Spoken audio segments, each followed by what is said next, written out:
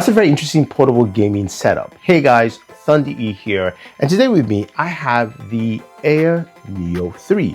This is the third iteration in the main AYANEO portable PC gaming line, and this one is very unique because it has a modular controller setup. Now, we've seen modular controllers in the past for consoles. I have one here from Turtle Beach, which is pretty nice, but we've never seen it for a gaming handheld. Now, before we get into the modular concept, which is the biggest thing here, this thing is also a beast. It's powered by the AMD Ryzen AI 9 HX370. So this chip performs very well. You can go up to 64 gigabytes of RAM and a terabyte of storage. Now, this also comes with a lesser processor variant, but you really want to go with the HX370. So looking at the hardware, this looks like almost any other portable gaming handheld. You've got kind of like rounded corners, which allows your hands to rest quite easily. When we take a look at the button layouts, at the very top, you do have your left trigger, your left bumper, and of course, there's an additional button called LC. Next to that is the power button with a fingerprint sensor, a volume rocker. There is a display port out, which is nice. And then there is also USB Type-C. On the right-hand side, the RC, the right trigger and the right bumper. And when we flip it to the back, we see a fan, of course, bringing in air intake. We can see the customizable nature of the triggers. And we do have additional RC1 and LC1 buttons. Now, these buttons are within the area of the armrest, and though it doesn't really impede in your gameplay, you just have to be mindful of it. I would say it still works well in its positioning, and it's also easy to get to and connect to at the back. Now, at the front of the device, we do have, of course, that lovely 7-inch OLED display. It looks actually vibrant. We do have our modular controllers, which we'll get to. But below that, we do have 2 speakers. And then we have, of course, our custom navigation menu buttons, as you would expect with these kinds of setups. So the main thing, the modular setup, how good is it and how easy it is to use? Well, there are 2 ways to access the modular setup. At the very bottom of the device, where you have another USB port and a micro SD card slot with a headphone jack. To the far left, there is a button. Now, that button allows you to cycle between either controller mode setup or PC setup. But if you press and hold that button, what you get is this nice, simple pop.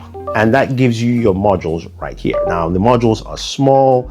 They come in different configurations and 2 color sets, white or black. They also are housed in this module case. You can pick up for about $99 at early bird special. And what I like about the modules is that they are very easy to kind of plug back. You pretty much place it into the locations that you want the modules to be. Press down and you're good. You got to make sure that both are placed in, or else you can't use the modules. Once you tap it in, you hear the Windows sound, and then it's good. And of course, the controllers do light up, so you can see the lighting rings around them as well. So the module transfer, the module change is pretty easy. The other way to change a module is actually through the software, which allows you to do a bunch of things. So it actually detects the layout for you, which is great. So whatever layout you want, you can showcase it quite easily. Now, I do like that Street Fighter module. That's what I like to call it, but it's a fighting game module. It's, of course, just all the buttons on one side, and you can place it that way. There's also one with like a touch trackpad, which was difficult to use, I will say. But, you know, the modules work well, and I like the fact that I've had no issues with them. So that's a huge plus. Now, when we go into that software I mentioned for easily navigating the modules, there are a couple of things you can do. There's a performance section there where you can change the TDP from its lowest 2 watts all the way to 30 watts.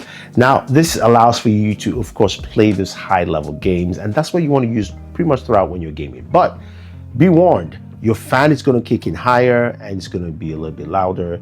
You can also select Smart TDP, which will basically look at what games you're playing and switch the TDP to match. So if we're playing a more intensive game like Cyberpunk 2077, then of course your TDP will go up.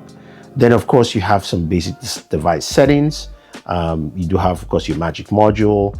You've got your controller setup, things like, you know, the gyroscope, the button layouts, vibration.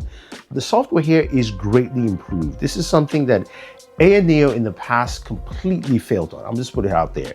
Their software was not the best, so you always had to navigate through Windows. This time it's much better, but again, I would say this is where we truly need Microsoft to work on a specific piece of software that will work for Windows-based handhelds. But how is the gaming performance? Well, you know what?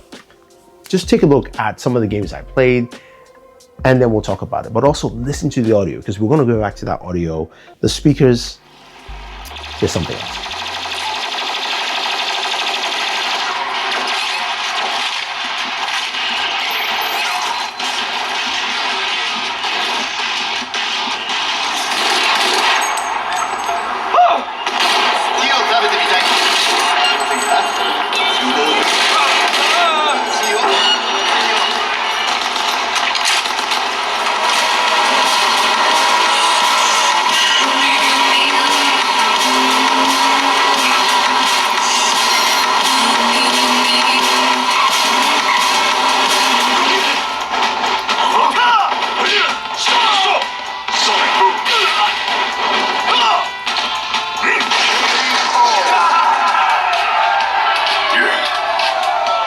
Okay, first let's start off quickly with the speakers. They are loud, and probably the loudest and best sounding I've heard from any, I repeat, any portable gaming handheld. I think they sound really rich, clear, and yes, I maxed out at 100% there, but that was just to give you a good idea. They sound really good, and it's great while you're gaming. Of course, when you're in the crowded area, please guys, use headphones. Now, back to some of the gaming performance. Performance was great on there. The HX370 is a great chipset. You can see it across the board. Cyberpunk, you know, it was in line with what I would expect. I think I could have changed a few more things to increase that FPS there, but you could see all the way from Forza Horizon 5, getting in the hundreds FPS. Same thing with Doom Eternal, which of course is a well-optimized game. I cannot wait for the new Doom Dark Ages to come out. That should be really fun. But you could see time and time through, it worked pretty well. And even Street Fighter 6 is one where I was maxed out the settings. I was able to get that full 60 FPS. Now, gaming performance is solid on this thing, and it works really well. It's also a very great device to travel with as well. It's light and portable enough, doesn't feel hefty.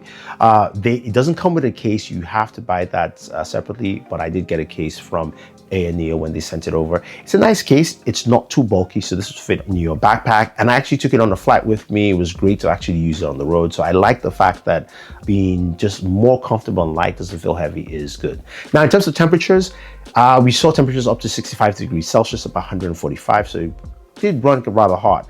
Most of the air was out of the top vent here, although I will say it was warm on the left-hand side when it got to about 65 degrees. And that's for games like Cyberpunk 2077. So that's where I saw the most temperatures. Most of the games, honestly, really didn't kick up that high for me. Now, is this something you should buy? I would say maybe, because the pricing is something, again, that is not to what I like. Now, the early bird special, or you know, the Kickstarter special, the promo special, $799, and that's of course for the other Ryzen chipset, not the HX370. With HX370, you're looking at $1,200, and with the configuration of 64 gigabytes of RAM and 10 TB of storage, you're looking at $1,600 for this. Is that something you're willing to pay, or you should pay? I say no. But I get it, it's a modular system, and also it's using a very powerful chipset compared to, you know, the Z1 Extreme, which is a much older processor by now. That being said, I do like what AYANEO has done with this, and I'd like to see just more innovation and creativity from here. And Microsoft, please give us a piece of software that is gaming centric for portable Windows handhelds. Overall, I definitely like this. I'm using it on my trip. I think a lot of people will like it. If you have any questions or any comments about the AYANEO 3, let me know. Otherwise, don't forget to like, share, subscribe, and always enjoy your entertainment.